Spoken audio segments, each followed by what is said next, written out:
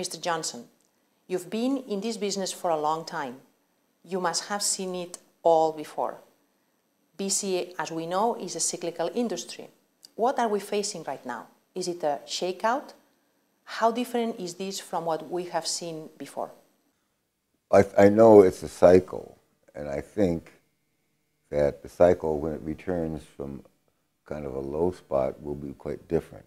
So we're in a period of cycle and we're in a period of change, both. Right now, the business became, right now it's difficult to get liquid. The business became, in the last 20 years, I would say, a business of managing other people's money, of good-sized funds in the hundreds of millions, and in some cases up to $1 billion.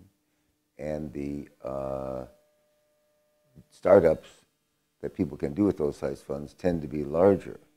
There's been another segment of the business which has become relatively small, which is the private venture capitalist.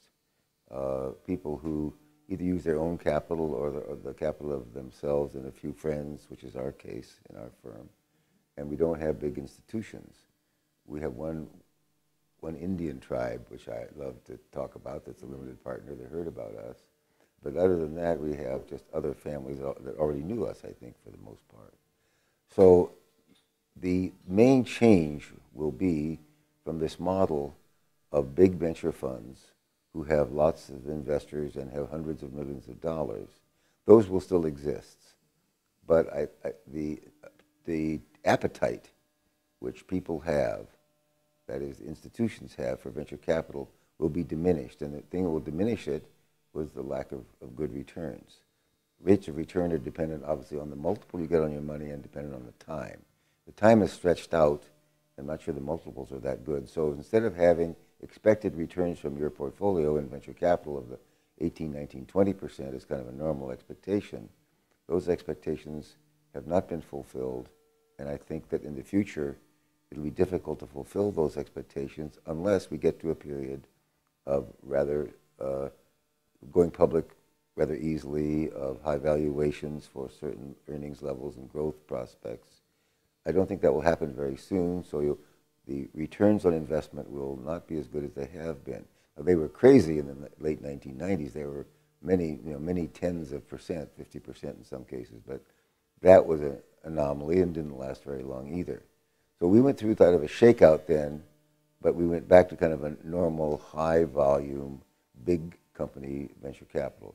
So what I predict without knowing much is I feel quite certain that the function of venture capital, that is the promotion of young businesses in the United States and elsewhere, will go on. The form it will take will probably be fewer great big companies. I hope the smaller ones like us who use private funds will have enough return to make sense to stay in the business. So you'll see a two-tiered business with quite a bit of shakeout on the medium-sized funds who have not produced good returns.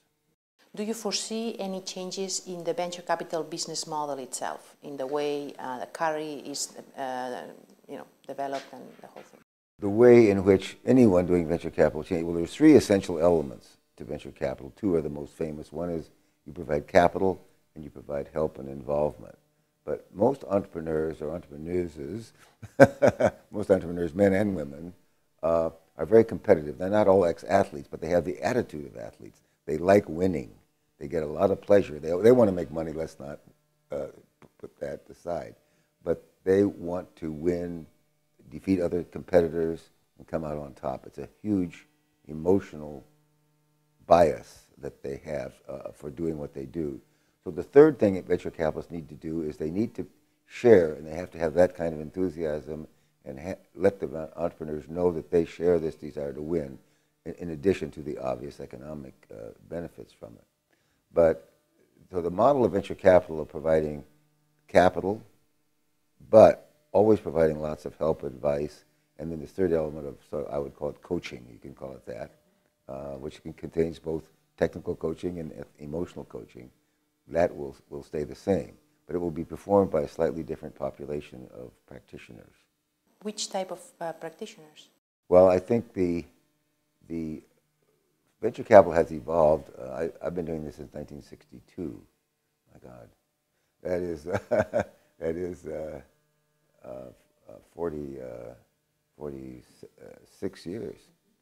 47 will be completed this year. And to start with, it was a few people with a little money trying to figure out what to do, because it was the early days of the business. I wasn't the only one. There was about 12 of us stumbling around the San Francisco area. Only 6 of us did. 6 of the people were doing other things, but we did, I would call it industrial, that is electronics in those days, and evolved into it. And so we were not people particularly focused on managing other people's money. Then after some changes in laws and some results showed, then investors, institutional investors who were managing money and trying to get returns, came into the business.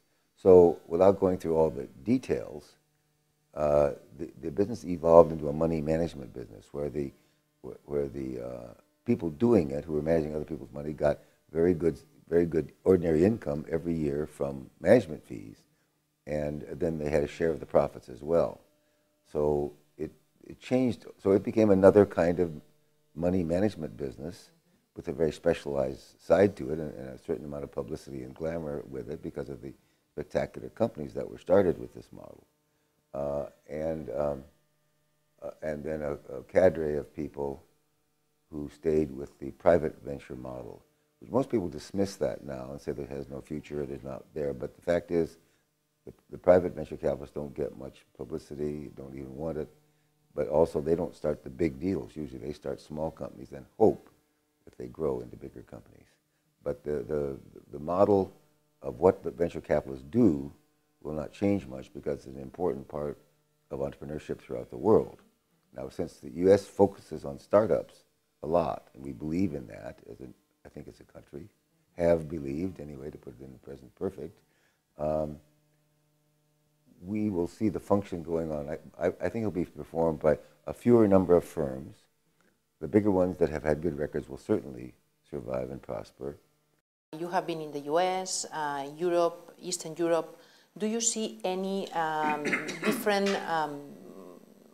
practices around the globe? You see just best practices being transferred from the US to Europe, or there is other trends?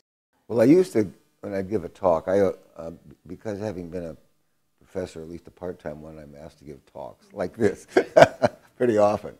But I'm into a group, and I've always preached the thought that venture capital is local. Startup venture capital has to be local, because that help I talked about, this coaching on both sides of the coaching job, are done in person and locally. And that's still true. And so my own involvement in venture capital, I have helped start venture capital companies and have made personal investments in venture capital companies in Czech Republic and Poland, Romania, which evolved into the public fund that you mentioned earlier, Russia, Norway, and New Zealand, as well as help some people get going in the United States. So my idea has been that those funds will do deals locally. They'll be there to help the companies in the ways I described, and will be more sensitive to local markets. Now, technology companies really have worldwide markets, but I've changed my tune a little bit. There are a few firms who practice, not globally, but widespread practice over the countries. And they have offices in each place. I hadn't seen that, but there are several firms which have offices in several cities. They can do local deals, even though they have a central office which sort of calls the shots. But the experts are local, they work locally, so it's a worldwide business, for the most part done in local offices and even in local companies. But there can be centralized venture capital, big venture funds based in one place. So my old story of it's local is still true, but it's local because you can keep it local and still have an international firm. How do you jumpstart the virtuous cycle that, for instance, we see in Silicon Valley, where you can do BC entrepreneurship in an area and make that area flourish? There are a number of elements which have to be present for entrepreneurship to thrive. And at this point, I should say that it isn't the venture capitalists are the important element, it's the entrepreneurs. Without them, there's not much point in the rest of it. So venture capitalists are there to help entrepreneurs get going, but if there's no entrepreneurs or no environment, and what I call climate for entrepreneurs, then there's nothing for the venture capitalists to do. And without going through all of them, some of the key ones were low or medium tax rates and having capital gains taxes low, so you have the incentive not only to do deals, but to be able to take money from one investment, put it in the next one, without paying a big tax on the transfer, which capital gains tax is result. That's a big national debate in the United States right now. Is the thought is rich people make capital gains, so why not tax them more? Well, one good reason is, especially for private venture capitalists, if you have success in place A and you want to change that money, and have created wealth and move it to another place, you don't want to pay a lot of tax to do that. The second thing we've had is what I call a pool of talent and knowledge. We've had good schools, not just at the PhD level, and the scientists that in particular were present in Berkeley and Stanford in Northern California. But then you have the schools that train the engineers. So we've had a talent of people. We've had a pool of people who not only are trained to do science and technology, but we've had people trained in business. We have people trained in marketing. So you have people coming into the workforce. But even before all of that, we had an environment in which good science was being done, leaving ideas from the laboratories that could be taken by engineers and made into products with the help of marketing people to see what products were needed. So then a third element is the availability of capital, venture capital, banking, that sort of thing. If you're talking more generally, you have to have a private property system, but I won't go into that. I'm assuming that that's part of the thing. Then you have to have a kind of an environment in which entrepreneurs are respected, and so that people are Henry Ford, Chrysler, those names, or Bill Gates is heroic in his way. You can quarrel about these men and how tough they are. Steve Jobs is one of the greatest entrepreneurs there's ever been because he just keeps coming back with good ideas. So those people are, for the most part, admired in the United States as heroic people. And so when you get out of school, you don't think that, you think being an entrepreneur could be a very honorable, and your mother could brag about you if you're an entrepreneur, not just only if you're a doctor or a professor. Once that environment is there, then you have to have, people want to start companies, and the next step is there's got to be, most people do not have enough capital to start a company. So that's where venture capital comes in. In 1958, the U.S. government, or the Congress, rather, which is, of course, a branch of our government, thought that since World War II was over, that the business scene in the United States was dominated by big companies. Not necessarily a bad thing, but they thought that we should have a systematically be able to back and help young companies get going.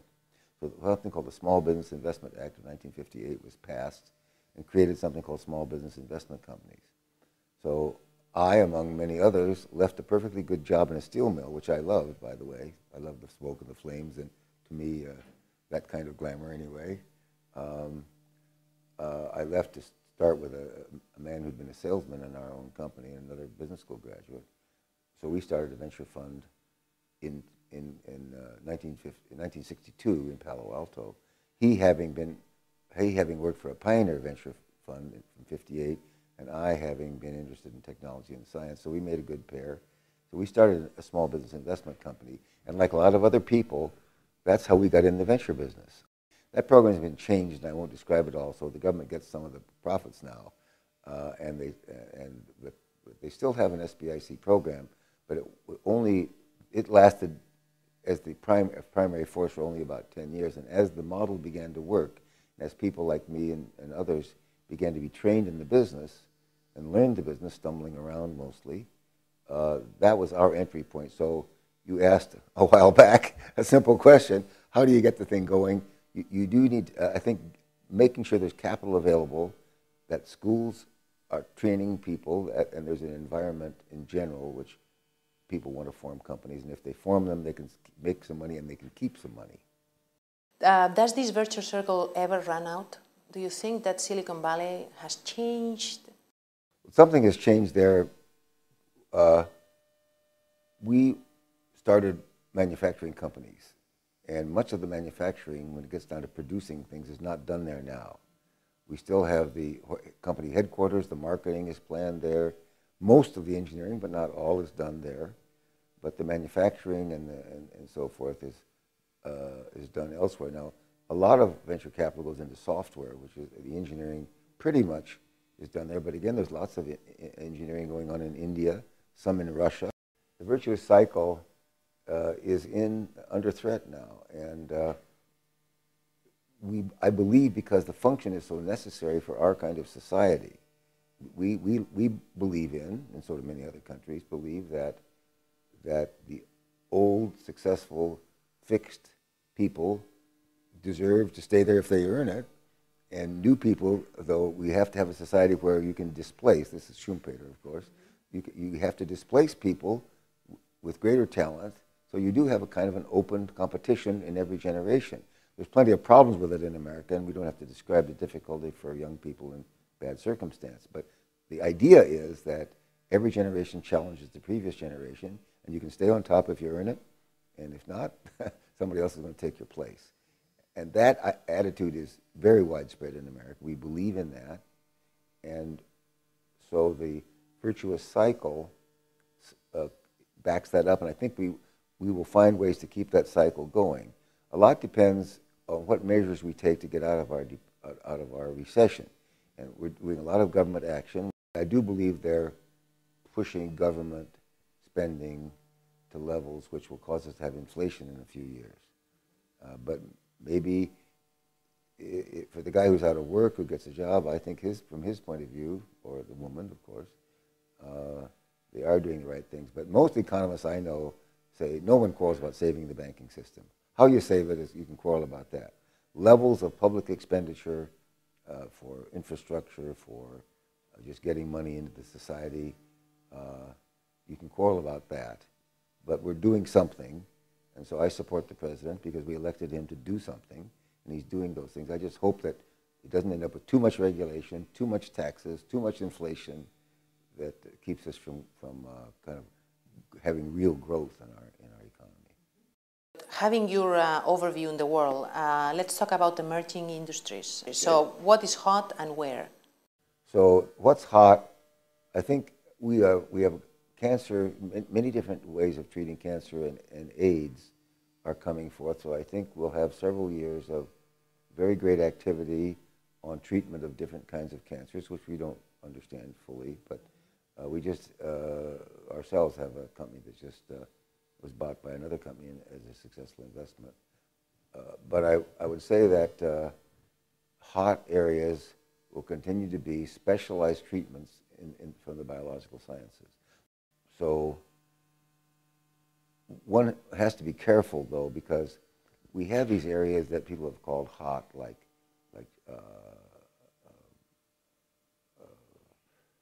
artificial intelligence and superconductivity. Those aren't businesses. Those are things that you can use. And nanotechnology, those are all things that people, but that's not a company. You can't say, you can say I have a nanotechnology company, but as soon as you say that, you better talk about what products for what markets at what prices. So the same thing in green technology. We need it, depending on many points of view about how important climate change is and what's causing it. But basically, I think most people accept the climate is changing, and much of it is man-made. That's what, you can't get agreement much past there, though. But the green technology people believe that society will continue to drive toward having more efficient engines of various kinds, different ways of consuming energy, maybe consuming less energy for the same applications. So green technology is the way of saying we want to take advantage of that way that society is going in almost every country. So that's a hot area. But I'm always leery of talking about hot areas until you have an actual company that uses some kinds of technology to serve a market at a certain price and build a successful company. Like biotechnology by itself isn't anything, but Amgen is something, Genentech is something, and these companies. So, but I would say a hot area right now is with unknown results to be predicted, but a lot of investments going into green technology, that environmentally related stuff. Certainly, lots and lots of money into biotechnology, mostly directed toward, I would think, cancer, with a certain amount of emphasis on cardiovascular related things, because we all want to live a long time for some reason. What makes a venture capitalist a good venture capitalist, as a smart investor and as a board member? If you are the lead investor, you want to be in contact with the management on a young company, probably weekly. If not, the board meetings are every month or so, but you go over there weekly, have a beer or something after work on Friday or something where you can encourage and believe you're getting the straight scoop from the person or group. And that probably, then if they will be open with you about what's going on, where things are going well, where things are not going so well, what problem they're having with people, and understand that they can ask you things that reveal they're not perfect. And you have that kind of relationship because it isn't as if you can't question what they do. You want to have that open, I call it open relationship. And that's where the involvement starts, because the second part of venture, you can write the check and put the money in the company, and you can even bargain the deal and have the lawyers write that up. That's the investing part of it is important, but it's not the main thing. The judgment to make the investment is important, and then what you do with it afterwards. I definitely think venture capitalists affect the outcome of companies.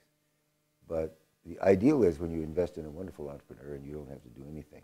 I don't know of that situation. Sometimes people resist your making suggestions. And when you don't have that relationship, it's hard, because then you have to be a bit more assertive. But you can't get too assertive, because if the emotions break down the relationship, then that's bad too. And the hard part of it is, every so often, even despite the openness, the person isn't performing. The man or the woman doesn't have the skills to make it happen, and that eventually dawns on you. With me, a little too late, because I want them to succeed personally, and so I should probably be more quick to make a change. But it's very difficult if you built this relationship, then to say to somebody, I'm sorry, we're going to have to make a change. But you have to do that if you hope to succeed. So I would say, getting down to your original question, though, I think in young companies, a weekly contact without making slavish about it, a week or two, but don't let very long go without some kind of a contact where you sit down person to person, and that's why it's a local business. The involvement on the board, though, I do want to emphasize that being an audit committee member or chairman is important. You have to be willing to assert yourselves. I want to know more about that. And you got it, and the auditor, you can't just say, if something bothers you about the nature of the sales. I mean, revenue recognition is always a big bugaboo. And when people bring business into the end of the month, or they let it go to try to smooth things out, well, too much manipulation is bad. In fact, you can always take an order a day later, that's your business. But if you ship to third parties and call that a sale when it really hasn't really been a sale, I've seen that happen, and that's bad. So that's where, as an official member of the audit committee or chairman of it, you've got to be assertive and realize that you have a function that is official beyond your sort of, I would call it, informal relationships, which are the more important. And comp committees, that's hard. As the companies go public, you have to do a job which I don't think all corporate comp committees do very well, and that's make sure the compensation is competitive and reasonable. You have to be brave enough to give them plenty, but not weak and give them too much. Because it is competitive out there. People will leave and do other things if they're not paid fairly and enough. Board membership, so I really try to say there's two parts. There's the informal, person-to-person kind of thing, and then there's the official functions that you have to perform well. Can you reflect on the investment principles? How have they changed since the 70s or the 80s, if they have?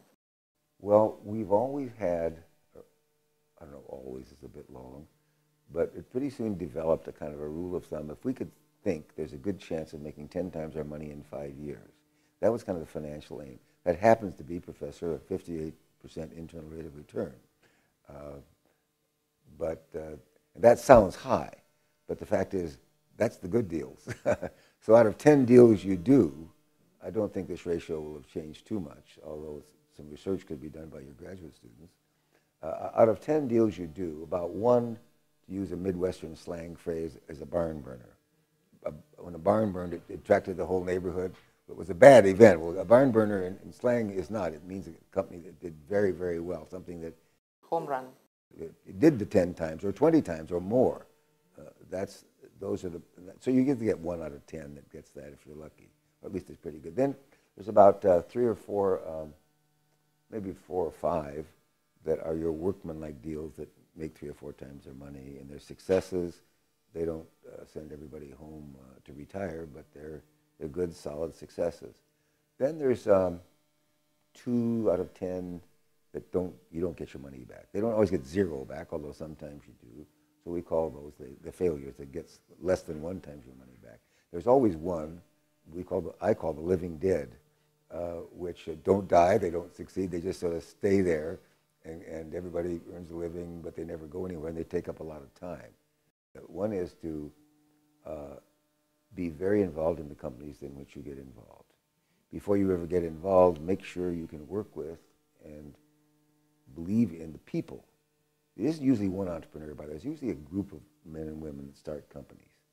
So believe in them, believe that they're, to start with, straightforward. If they're not decent people, forget it. But whatever their dreams and hopes are, if you don't believe in them as good, honest, decent people, then forget it. Because you can't write any agreement to protect you against semi-crooks or real crooks. Third thing is to do a lot of homework, not just on the people, but try to understand the marketplace. Some young companies are serving a marketplace that doesn't exist, so you really can't go check the marketplace, but you can say, if you can do these things, who would want? So we make a lot of phone calls, just talking to people who understand the place in which these are going to be sold and can make some guesses. People are usually willing to talk to you about these things. Another thing is to see if the technology is valid. After these years, we have a network of people in universities and who are glad to talk to us, and they call us about things, so it's sort of mutual. See if the science, especially if it's science-based rather than some later technology, is the science really sound? Are there places in which it can break down? Will the ideas work? So that's the checking out things at the marketing, scientific, and personal level is very important. Then another thing is financial planning.